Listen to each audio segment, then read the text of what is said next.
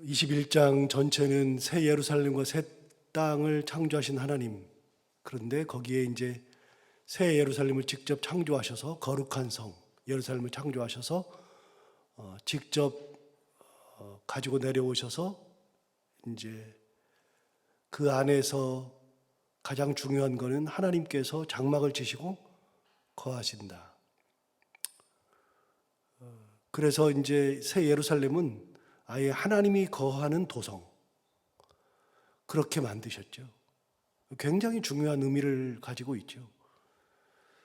그렇게 하나님께서 새 예루살렘을 만드시고 이제는 죄가 없는 곳, 그리고 또 한 가지는 사탄이 주장하는 도시가 아니라 하나님이 직접 주관하는 도시, 그렇게 만들어서 그 예루살렘에 거하는 사람들과 함께 임마누엘 하시고 뿐만이 아니라 그들은 하나님의 자녀가 되고 하나님은 친히 그들을 다스리는, 그래서 거기 있는 사람들과는 이제는 동거동락하시는 그 하나님의 모습을 이제 보여줬죠. 그러다 보니까 이제 예루살렘에 대해서 설명을 많이 했는데 그 설명 중에서 가장 중요한 것은 예루살렘 성이 하나님의 영광으로 빛이 난다. 다른 것을 지금까지 많은 것들이 그 예루살렘을 채웠다면 이제는 하나님이 채우시고 하나님의 영광으로 빛나게 하신다. 그래서 이 땅에 있는 모든 것들이 그동안에는 이거저걸 막 채우죠. 채우는데 하나님은 그 채우는 것을 의미 없다고 하신 겁니다. 아무런 의미가 없다. 채워봐야 결국은 하나님의 영광이 빛이 나죠. 그렇게 새 예루살렘이 창조되었는데 이제 규격을 다 봤어요. 높이가 65m짜리 성곽, 그 다음에 가로 세로가 2200km, 높이도 2200km. 그 귀한 예루살렘 성을 봤는데 그 모든 것을 본 다음에 이제 안쪽을 들여다본 거죠. 성 안을 들여다봤어요. 성 안을 들여다보니까 특징이 하나 있더라 하는 겁니다. 오늘 본문 22절에 보면 성 안에 특징이 하나 있습니다. 어떤 특징이냐? 성 안에서 내가 성전을 보지 못하였다. 제가 요한계시록 계속 설명하고 같이 설교를 나누면서 천국에 성전이 있다 그랬습니다. 성전에 그 천국에 있었고 그 성전에서는 어떤 일이 있었느냐면 성전 제단 아래에 순교자들이, 피를 흘린 순교자들이 모여 있고 하나님 앞에 호소했었죠. 언제까지 우리가 이 피 흘린 거를 보고만 계실 겁니까? 갚아주시는 것은 언제쯤 하실 겁니까? 라고 제단 밑에서 호소를 했죠. 또 천사들이 나올 때 성전에서 나오는 천사들이 있었죠. 그래서 천국에도 성전이 있다는 말씀을 계속 드렸습니다. 이유는 뭐냐면 순교자들이 거기에 모여 있기 때문에. 그런데 새 하늘과 새 땅을 창조하고 새 예루살렘을 만들었는데 그 새 예루살렘 성 안에 성전이 없는 겁니다. 여러분, 예루살렘이 왜 중요하죠? 예루살렘이 중요한 것은 다윗 성이 있기 때문이 아닙니다. 시온산이 있기 때문도 아닙니다. 예루살렘이 중요한 이유는 성전 때문에 중요한 겁니다. 여러분, 이제 유다가 멸망한 다음에 에스라를 제가 설명을 몇 번씩 드렸지만 에스라는 1장부터 5장까지, 5장부터 10장, 6장부터 10장까지가 구분되어 있다 그랬잖아요. 1장부터 5장까지에 의하면 스룹바벨이 솔로몬이 지었던 성전을 바벨론에 멸망당할 때 완전히 무너졌는데 그거를 무너진 성전을 재건하는 것이 스룹바벨이었죠. 그래서 두 번째 성전은 스룹바벨 성전이죠. 솔로몬 성전이 무너지고 스룹바벨 성전이 지어지죠. 그래서 예루살렘에 있는 성전은 세 번 지어지잖아요. 솔로몬이 한 번, 스룹바벨이 한 번, 헤롯이 한 번. 세 개의 성전이 지어졌는데 그 솔로몬 성전이 무너진 다음에 스룹바벨 성전 짓는 이야기를 에스라 1장부터 5장까지 하는 겁니다. 그리고 에스라 6장부터 10장까지는 에스라가 등장하는데 에스라는 스룹바벨하고 약 80년 정도 차이가 납니다. 그러니까 에스라는 스룹바벨이 성전 짓는 것을 본 적이 없어요. 만나기나 했을까요? 그런데 그 이야기를 계속 전해 듣고 있다가 에스라 자기 얘기를 할 때, 6장부터 10장 얘기를 할 때 앞부분에다가 스룹바벨 성전 짓는 얘기를 한 겁니다. 이유가 뭐냐면 에스라는 훗날 80년이 지난 다음에 스룹바벨이 바벨론 포로에서 돌아와서 성전을 짓는데 약 20년 걸렸거든요. 20, 30년이 걸려서 우여곡절 끝에 성전을 지었어요. 하나님 앞에 성전을 봉헌했어요. 그런데 80년이 지나서 와보니까 성전은 지었는데 신앙이 무너진 거죠. 성전은 잘 지어놨어요. 그러면은 신앙생활 잘해야 될 것 같은데 신앙이 무너졌으니까 에스라가 어떻게 했어요? 에스라는 학사 겸 제사장이잖아요. 그럼 돌아와가지고 하는 일이 뭐냐면 무너진 신앙을 재건하는 것이 에스라입니다. 자, 스룹바벨이 돌아와서 예루살렘을 재건한 게 아닙니다. 에스라가 돌아와서 예루살렘을 새롭게 만든 것이 아닙니다. 스룹바벨이 돌아와서는 예루살렘과는 아무런 상관이 없습니다. 성전을 재건한 거고요. 성전 안에서 이루어지는 신앙을 재건한 것이 스룹바벨과 에스라죠. 그 후에 곧바로 들어오는 사람이 느헤미야인데 느헤미야가 성벽을 쌓았죠. 느헤미야는 성벽 쌓는 이야기라고 말씀을 드렸는데 성벽을 쌓을 때 어떤 성벽을 쌓아요? 예루살렘 성벽을 쌓은 게 아니라요. 예루살렘에 있는 그 실제로 예루살렘에는 다윗 성이 있고요. 성전을 둘러싼 성이 있습니다. 그럼 느헤미야가 쌓은 거는 시온산에 있는 다윗성을 쌓은 게 아니고요. 성전을 둘러싼 성을 쌓은 겁니다. 그러니까 가장 중요한 거는요. 예루살렘이 왜 중요했냐면 성전 때문에 중요한 겁니다. 다윗이 있었고 뭐 수도가 거기 있었고 아무 소용 없습니다. 성전이 있었기 때문에 가장 중요하죠. 그런데요, 그 성전이 천국에도 있었던 것 같은데 새 예루살렘을 만들었을 때에는 다시 보니까 성전을 보지 못하였답니다. 성전이 없습니다. 하나님이 예루살렘에다가 성전을 만들질 않았습니다. 왜요? 하나님이 직접 거하셨으니까. 성전에서 뭐 하는 거죠? 성전에서는 제사하는 겁니다. 성전에서는 제사를 통해서 하나님을 만나는 거죠. 하나님을 직접 볼 수 없으니까 성전에 가서 제사 드리면서 하나님을 만나는 게 성전인데, 그런데 하나님이 아예 집을 지어놓고 사시네요. 장막을 쳐놓고 계시네요. 그러니까 성전이 필요가 없죠. 그래서 새 예루살렘의 개념 중에 하나는요, 거룩하다는 거, 하나님이 직접 임마누엘 하신다는 거, 하나님 집 지어놓고 임마누엘 하신다는 거, 그러기 때문에 성전이 필요가 없다는 거. 그래서 새 예루살렘과 새 하늘과 새 땅에 창조하시고 새 예루살렘을 만드셨을 때에는 거기에는 성전이 없더라. 굉장히 중요한 개념입니다. 그래서 드디어 성전이 사라진 시대가 옵니다. 자, 새 하늘과 새 땅을 창조하니까 사라진 것들이 몇 개가 있습니다. 뭐가 사라졌죠? 새 하늘과 새 땅을 창조하니까 이제는 다시는 죽음이 없어요. 죽음이 없어요. 애통하는 것이 없어요. 곡하는 것이 없어요. 거기는 아픈 것도 없어요. 이제는 그런 것들이 다 사라졌어요. 처음 세상을 지었을 때, 처음 하늘과 처음 땅을 지었을 때 있었던 것들이 다 사라졌죠.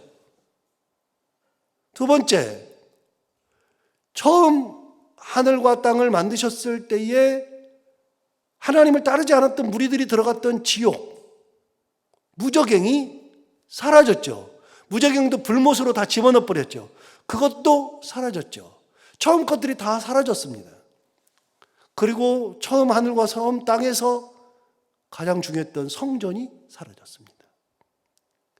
여러분, 그래서 새하늘과 새 땅은 완전히 다른 겁니다. 새 예루살렘 완전히 다른 거죠. 성전이 없더라. 자, 이제 여러분이 새하늘 새 땅, 새 예루살렘 하면 옛날 것들은 다 없어지는 거구나 생각하시면 됩니다. 옛날 것은 다 카이논이니까요. 카이논. 자, 22절 다시 볼까요? 성 안에서 내가 성전을 보지 못하였으니 이는 주 하나님 곧 전능하신 이와 어린 양이 그 성전이심이라. 아예 성전의 개념을 바꿨어요. 성전의 개념을 뭐라고 바꿨어요? 하나님이 성전이시고 예수 그리스도가 성전이시고. 그래서 눈으로 보이는 건물 성전이 아니라 이제는 하나님 자체가, 예수님 자체가 성전이 되시는 거죠. 달라진 겁니다. 개념이 달라진 겁니다. 그래서 눈에 보이는 건물은 사라졌지만 하나님, 예수님, 그분이 성전이잖아요. 자, 성전 들어가야 하나님 만나죠. 이제는 하나님을 직접 만나죠. 예수 그리스도가 성전이 되시니까 예수님을 직접 만나죠. 그러니까 이 사회는 이제는 하나님이 하늘에 계시고 인간은 땅에 있고, 하나님을 만나려면 1년에 한 번씩 지성소에 들어가야 되고, 그런 개념 자체가 아예 다 사라져버린 겁니다. 하나님이 성전, 예수 그리스도가 성전이 되시죠. 23절을 볼까요? 그 성은 해나 달의 비침이 쓸데없으니 이는 하나님의 영광이 비치고 어린 양이 그 등불이 되심이라. 그 성전에는요, 기가 막힌 게 하나 있어야 돼요. 여러분, 성전 안을 들어가면 성소와 지성소로 되어 있는데요, 성소와 지성소를, 성소는 딱 들어가면, 지성소는요 아예 빛이 없어요. 지성소는 거기는 깜깜해요. 지성소는. 성전은요, 거기는 아예 그냥 건물로 딱 지어놨기 때문에 거기도 들어가면 깜깜하죠. 그러니까 성소에서는 제사를 드려야 했었으니까, 제사장들이 드나드니까 거기는 등잔대가 있어요. 불을 밝혔어요. 불을 밝혀야죠. 그런데 하나님이 성전이 되시니까 성전 되시는 그곳, 새 예루살렘, 그 예루살렘 자체가 하나님이 빛이 되시니까 빛이 필요 없죠. 그럼 빛은 어디서 와요? 빛은 해나 달에서 오죠. 그런데 하나님의 영광이 비치고 예수님이 등불이 되시니까 더 이상은 해나 달도 필요가 없습니다. 해달이 필요 없는 세계. 지금까지는 하나님이 피조물 해나 달이나 별을 만들어서 하나님이 이 땅에다가 빛을 주셨어요. 따로. 그래서 낮에는 햇빛을 주시고 저녁에는 달빛을 주시고 그리고 별빛도 주시면서 이 땅을 비춰주셨죠. 그런데 더 이상은 그 빛이 필요가 없어요. 하나님이 빛이신데, 빛이신 하나님이신데. 여러분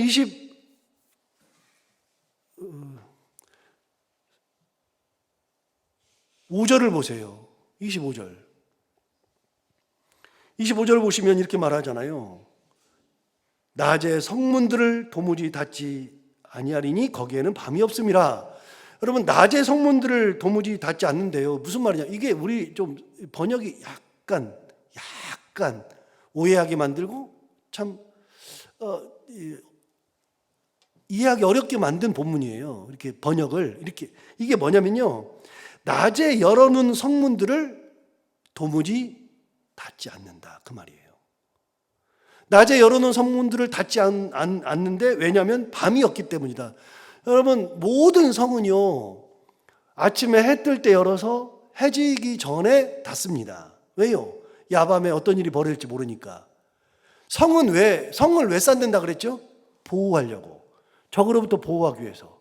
그래서 성을 쌓잖아요. 성을 쌓아놓고 문을 만들었을 때, 문은 거기는 사람들이 드나드는 것을 체크하기 위해서 경비병들이 서고 조사를 하고 뭐 이렇게 하면서 철저하게 성 안으로 예기치 않은 것들이 들어오지 못하도록 하는 게 문지기고 성문이잖아요. 그러니까 낮에는 잘 보이니까 열어놔도 상관이 없는데 밤에는 어떤 일이 일어날지 모르니까 밤에는 문을 꼭 닫아요.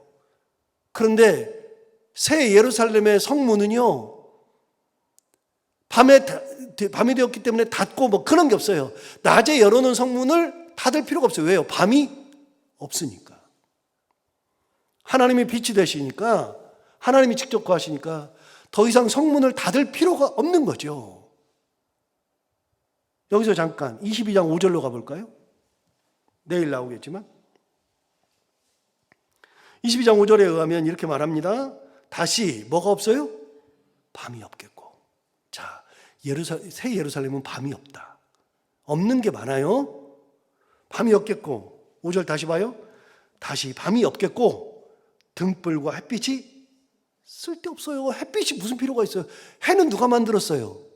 하나님이. 그런데 하나님이 거하셔요. 하나님이 빛이 되셔요. 그런데 그 빛을 누가 당해요? 햇빛이 당해요? 필요가 없지요. 그러니까 여러분 5절 다시 보세요. 다시 밤이 없어요. 하나님이 계속 계시니까. 등불과 햇빛이 쓸데없으니 이는 주 하나님이 그들에게 뭐 하신다고요? 빛이심이라. 하나님이 비춰주시는 거예요. 하나님이. 그래서 이게 계속 나오죠. 새 예루살렘에는 밤이 없다. 거기는 하나님의 영광의 빛이 비친다. 해나 달이 쓸 데가 없다. 하나님의 영광이 비치고 예수님이 등불이 되신다. 그래서 22장 23절, 22장 25절, 21장 23절, 21장 25절, 그리고 22장 5절에 의하면 계속해서 빛이신 하나님, 해나 달이나 별이 쓸 데가 없는 새 예루살렘을 이야기해 주고 있죠. 이게 새 예루살렘이에요. 그래서 성전이 필요 없는 곳, 빛이 필요 없는 곳, 이런 곳을 하나님이 만드시죠. 자, 24절을 볼까요? 본문 24절에 의하면 만국이 그 빛 가운데로 다니고 땅의 왕들이 자기 영광을 가지고 그리로 들어가니라. 여러분, 만국이라고 하는 것은 나라를 의미하는 것도 있지만 모든 사람을 의미하는 거예요. 모든 사람들, 모든 이들이 어디로 다녀요? 빛 가운데로 다니죠. 그 빛 가운데라. 그럼 그 빛이 누구라 그랬죠? 하나님이죠. 그러면 모든 사람들이 어디로 다녀요? 하나님 안으로 다니고 하나님으로 인하여서 다니고 하나님 은혜 가운데 다니고 만국이 전부 다 그 빛 가운데 다니는 겁니다. 빛이신 하나님, 빛이신 예수 그리스도, 여기 가운데에 다니죠. 자, 이 빛을 언급한 적이 있습니다. 하나님이 빛이시고 예수님이 빛이시라 그랬는데 빛을 언급한 적이 있습니다. 누가요? 요한계시록의 저자인 요한이 언급한 적이 있습니다. 어디서요? 요한복음 1장에서요. 가볼까요?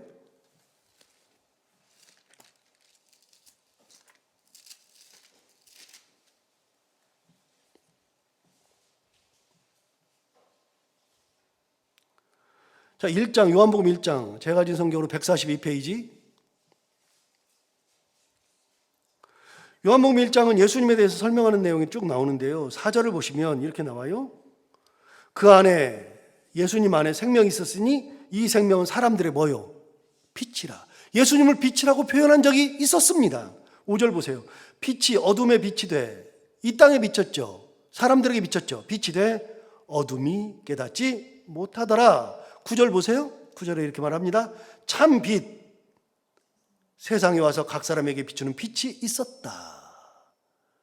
누구죠? 예수 그리스도죠. 그럼 예수님을 놓고 생각해 보세요. 예수님 참빛, 곧 세상에 와서 각 사람에 비추는 예수님의 참빛이 있었나니 그랬어요. 그가 세상에 계셨으며 세상은 그로 말미암아 지은 바 되었으되 세상이 그를 알지 못하였다. 아까도 4절 5절에서 뭐라 그랬어요? 4절 5절에서 다시 보시면 그 안에 생명이 있었으니 이 생명은 사람들의 빛이라고 말씀하셨고 빛이 어둠에 빛이 돼 어둠이 깨닫지 못했죠. 사람들이 깨닫지 못했죠. 그런데 9절 10절도 똑같아요. 참빛 곧 세상에 와서 각 사람에게 비추는 빛이 있었나니 그가 세상에 계셨으며 세상은 그로 말미암아 지은 바 되었으되 세상은 그를 알지 못하였다. 그 빛을 깨닫지 못하고 그 빛을 알지 못하였다. 여러분, 이렇게 이미 빛에 대해서 요한이 이야기한 적이 있습니다. 빛에 대해서. 그런데 오늘 본문에 예수님이 빛이시고 하나님의 빛이시라는 것을 정확하게 다시 설명하고 있잖아요. 다시. 그래서 새 예루살렘은 옛날에 예수님이 오셨을 때는 빛으로 오셨으나 깨닫지 못하죠. 빛이 비추는데 어둠이 깨닫지 못하고 어둠이 받아들이지 않고 어둠의 세력이 예수님의 빛을 먹어버리려고 그러고 했는데, 새 예루살렘에 하나님이 만드신 도성에 하나님이 임재하시고 예수님이 계시는 그곳에는 하나님이 빛이시고 예수님이 등불이 되시니까 그분이 계실 때에는 이제는 사람들이 깨닫지 못하는 것도 아니고 받아들이지 않는 것도 아니고 아예 그분이 빛으로 그 모든 성을 채우시고 사람들을 다 빛으로 감싸시니까 많은 사람들이, 모든 사람들이 다니기를 그 빛 안에서 다니시는 거예요. 그 빛 안에서. 그래서 새 예루살렘과 새 땅은 빛이신 하나님, 빛이신 예수 그리스도. 그래서 24절을 다시 보시면, 오늘 본문 24절을 다시 보시면 만국이 그 빛 가운데로 다니고 땅의 왕들이 자기 영광을 가지고 그리로 들어가리라. 여러분, 영광을 가지고 들어간다는 게 뭐죠?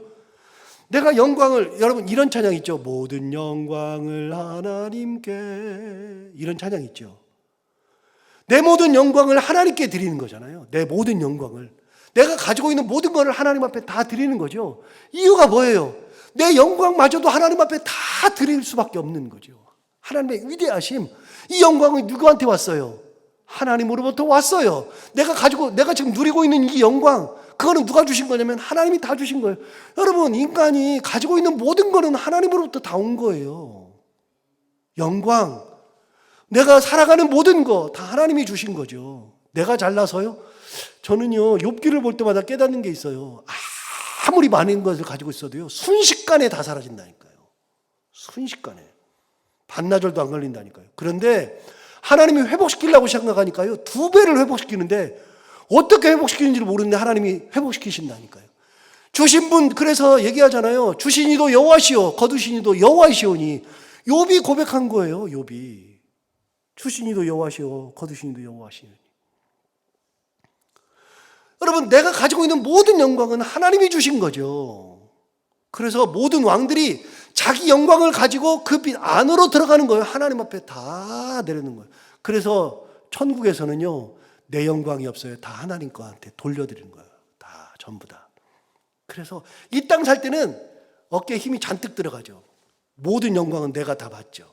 내가 교만하죠. 막 대단한 것 같죠. 하나님 앞에 딱 가잖아요. 우리가 아무리 대단한 사람도요, 하나님 앞에 딱 서면 초라해요. 이 땅 사는 누구도 하나님 앞에 서면 초라해요. 말도 안 돼요. 야, 내가 뭐 가진 게 있다고, 뭐 한 게 있다고. 아무것도 아니에요, 우리는. 진짜. 그런데 천국이 되면 하나님과 같이 사는데요, 내가 무슨 영광이 있어요. 내가 뭐 가진 게 이게 대단한 거예요. 하나님 다 주신 거지. 그러니까 이 땅의 왕들이 하나님 앞으로 영광을 가지고 들어가죠. 26절을 보세요. 26절. 사람들이 뭘 가지고? 만국의 영광과 존귀를 가지고 그리로 들어간다. 똑같은 말 아니에요. 왕들이 영광을 가지고 들어갔는데 사람들이 이 땅에 있는 만국의 영광과 존귀를 가지고 그리로 들어간대요. 사람들도 똑같아요. 왕들이나 사람들이나 누구든지 여기 똑같잖아요. 그들도 영광을 가지고 들어가고 그들도 영광과 존귀를 가지고 들어가고 동일하죠. 그래서 하나님 앞에는요, 누구나 다 자기가 가지고 있는 영광, 존귀, 그건 다 하나님 거니까 하나님 앞에 가지고 들어가죠. 이게 새 예루살렘이죠. 그래서 교회는 모든 영광은 하나님 거고요. 신앙생활하는 우리는요, 모든 영광 하나님 거죠. 하나님이 다 주신 거죠. 그걸 기쁨으로 가지고 들어가서 하나님 앞에 내어놓을 때 그렇게 내어놓고 하나님 앞에 드릴 때 하나님께서 어떻게 하셔요? 더 귀한 것을 주시는 거예요. 드릴 때 더 좋은 것을. 내가 교만해지잖아요. 그러면 잠언에서 이렇게 말했어요. 교만은 패망의 선봉이에요. 하나님 앞에서 교만해질 게 없어요. 하나님 앞에 영광을 돌릴 때 하나님이 나를 더 존귀하게 여기시고 더 큰 것으로 주시는 거지. 하나님이 계시는데 지가 잘났다고 영광 내가 차지하고 교만하고 그러면은 잠언 기자가 딱 얘기했다니까요. 교만은 패망의 선봉이요. 자만은 넘어짐의 앞잡이니라. 어떻게 그렇게 잘 얘기했는지 몰라요. 어떻게. 그래서 들어갈 때는요, 영광과 존귀를 가지고 들어가는 거. 이곳이 새 예루살렘이죠. 하나님이 거하시는 곳이죠. 그럼 교회에 하나님이 계시고 예수님이 빛이 되신다 그러면 우리 모든 교회에서 가지고 있는 것들은 다 영광과 존귀는 다 하나님께. 내 모든 삶의 근거 하나님, 주신 거 하나님, 내가 가진 모든 거 하나님. 그러므로 내 모든 것을 다 하나님께 돌려드립니다. 하나님께서 더 좋은 것으로 주시는 거죠. 27절, 무엇이든지 속된 것이나 가증한 일 또는 거짓말하는 자는 결코 그리로 들어가지 못해요. 여러분, 새 예루살렘에 무엇이든지 속된 거, 속물 안 됩니다. 조금이라도 속된 거 안 됩니다. 가증한 거 안 됩니다. 거짓말하는 거 안 됩니다. 그러니까 이 땅에 살면서 우리가 가지고 있는 것들은 다 끝난 겁니다. 하나님 앞에 갈 때는 전부 다. 이전 것은 다 지나가는 건데 이전 거를 가지고서 어떻게 들어갑니까? 거기는. 그거는 안 됩니다. 하나님 앞에는 안 됩니다. 여러분, 놀라운 거는요, 우리를 속일 수 있어요. 나는 나 자신도 속일 수 있어요. 심리학적으로요, 어떤 일이 벌어지냐면 이런 게 있어요. 심리학적으로, 심리학을 배우면 이런 얘기가 있어요. 내가 사람들한테 거짓말을 했어요. 거짓말했는데 내가 마치 누가 했는데 내가 한 것이냐 거짓말을 했어요. 처음에는 거짓말인 줄 알아. 근데 사람들을 만날 때마다 내가 했다 그러고 그렇게 하다 보면 세 사람, 네 사람, 다섯 사람 들어가다 보면 내가 한 게 돼요. 그래서 사람은 자기도 속인다는 겁니다. 심리학적으로. 심리학자들이 하는 얘기입니다. 그런데 실제로 사람은요, 자기마저도 속일 수 있어요. 내가 하나님의 영광을 위하여서 한다. 사실은 하나님의 영광을 위하여서 한다고 말하면서도 자기 욕심 채우는 경우들이 굉장히 많고요. 하나님의 영광을 위해서 나는 다 드립니다 그러면서 드린다 그러면서 하나님께서 그걸 통해서 나한테 뭔가를 해주고 하나님이 이걸로 이렇게 바꿀 거라고 하는 어떤 일말에 하나님 앞에 다 드립니다 그러면 드린 걸로 끝나야 되는데 그런 것을 가지고 뒤에서 가지고서 하는 경우들도 굉장히 많아요. 인간은 인간을 속일 수 있어요. 자기 자신도 속이는데 남은 왜 못 속입니까? 그런데요, 하나님 앞에 딱 서면 다 드러나요. 안 드러나는 게 없어요. 하나님 앞에 서면요, 부끄러워서 설 수가 없어요. 너무 부끄러워서. 안 돼요. 하나님 앞에 그런 사람들은 못 들어가요. 새 예루살렘은 세상 기준을 가지고 있어 가증한 거, 더러운 거, 거짓말하는 거, 교만한 거, 이 모든 것들은 하나님 앞에서는 설 수가 없어요. 못 들어가요. 그럼 누가 들어가느냐? 27절 다시 볼까요? 무엇이든지 속된 것이나 가증한 일 또는 거짓말하는 자는 결코 그리로 들어가지 못하되 오직 누가 들어가느냐? 어린 양의 생명책에 기록된 자들만 들어가리라. 생명책에 기록된 자들만 딱 들어가죠. 그래서 생명책이 귀한 거예요. 책들이 많은데 행위를 기록한 책들, 거기는 이름이 다 기록되어 있다고 그랬잖아요. 한 장씩 자기 모든 게 기록되어 있죠. 생명책은 이름만 딱 기록되어 있어요. 이름만. 그것도 구원받은 사람들만. 그래서 내 이름이 불려져야 돼. 거기 있어야 되는 거예요. 생명책에. 저는요, 행위를 기록한 책들은 물론 무서워요. 그래서 내가 행위를 똑바로 해야 되겠다는 생각도 하는데요. 그래서 그거는 행위를 기록한 책은 저를 각성하게 해줘요. 아, 이렇게 해야지. 목사로서 이렇게 해야지. 그렇게 해서 저를 각성하게 해주지만 생명책은요, 꿈꾸게 돼요. 야, 여기에 내 이름이 기록되어 있고 여기에 내 이름이 기록되어 있으면 하나님이 내 이름을 부르시겠지. 그럼 나는 하나님 계시는 천국으로 들어가겠지. 그 생각을 항상 하게 돼요. 다시요, 속된 거, 가증된 거, 거짓말하는 것들 하나님 앞에 들어가지 못하죠. 빛이신 하나님 앞에. 오늘 이 새 예루살렘 이제 21장에서 새 예루살렘을 쭉 다 설명했는데 듣고 보니까 하나님의 의미를 알겠어요. 하나님이 새 예루살렘을 만든 의미를 알겠다고요. 이제는 더 이상은 인간이 만드는 곳은 죄가 있고 안 되겠어. 내가 만들게. 그러면서 어떻게 하느냐? 내가 거할게. 여기는 거룩한 곳이야. 여기는 빛이 있는 곳이야. 여기는 모든 영광, 권세 너희들이 가질 필요가 없어. 나한테 다 가져와도 괜찮아. 이게 하나님이 만드신 새 예루살렘의 개념이죠. 한 7번, 8번 했는데 21장. 아, 이렇게 해서 하나님이 만드시는 거구나. 그 새 예루살렘을 바라보면서 우리가 신앙생활을 어떻게 해야 될지, 하나님하고 어떻게 동행해야 될지 다시 한번 생각하면서 살아가는 우리 모두가 다 되기를 바랍니다. 기도하겠습니다. 하나님 아버지 감사합니다. 오늘도 귀한 말씀으로 우리를 깨우셔서 감사합니다. 새 예루살렘을 만드신 하나님, 새 예루살렘을 통해서 우리를 이끄시고 우리를 붙드시고 우리를 빛으로 인도하시는 하나님. 그곳에 갔더니 성전이 사라졌고 하나님께서 직접 거하시는 놀라운 곳, 은혜가 가득한 곳, 거룩한 곳.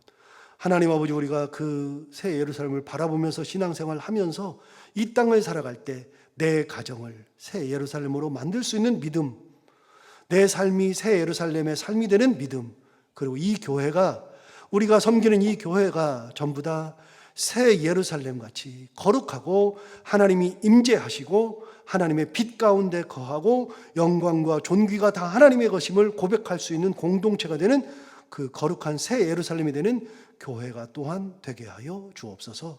하나님 아버지, 우리가 이 개념을 가지고 신앙생활할 때 은혜 가운데 우리의 삶을 지키시고 오늘도 이 말씀을 기억하며 살아갈 때 이 말씀이 우리의 힘이 되기를 원하며, 기도하러 나온 모든 사람들의 기도를 하나님 다 들어 응답해 돌아갈 때는 응답받고 돌아가게 하여 주옵소서. 하나님 아버지, 이제 리모델링이 거의 끝나는데 마지막 단계까지 하나님 지켜주시고 항상 기도하는 것처럼 아무런 사고 없게 지금까지 하신 거 너무나도 감사하고, 하나님 아버지 끝까지 안전사고 나지 않게 하시고 법적인 문제, 여러 가지 문제가 잘 해결되게 하시고 이 모든 것이 순조롭게 잘 맞춰질 수 있도록 끝까지 하나님 은혜 가운데 지켜주시고 보호하여 주옵소서. 오늘도 하루를 살아갈 때 하나님 아버지, 우리가 해야 되는 것들을 기쁨으로 잘 감당하게 하시고 만나는 분들과 함께 웃고 행복한 하루가 되게 하여 주옵소서. 예수님 이름으로 기도하옵나이다.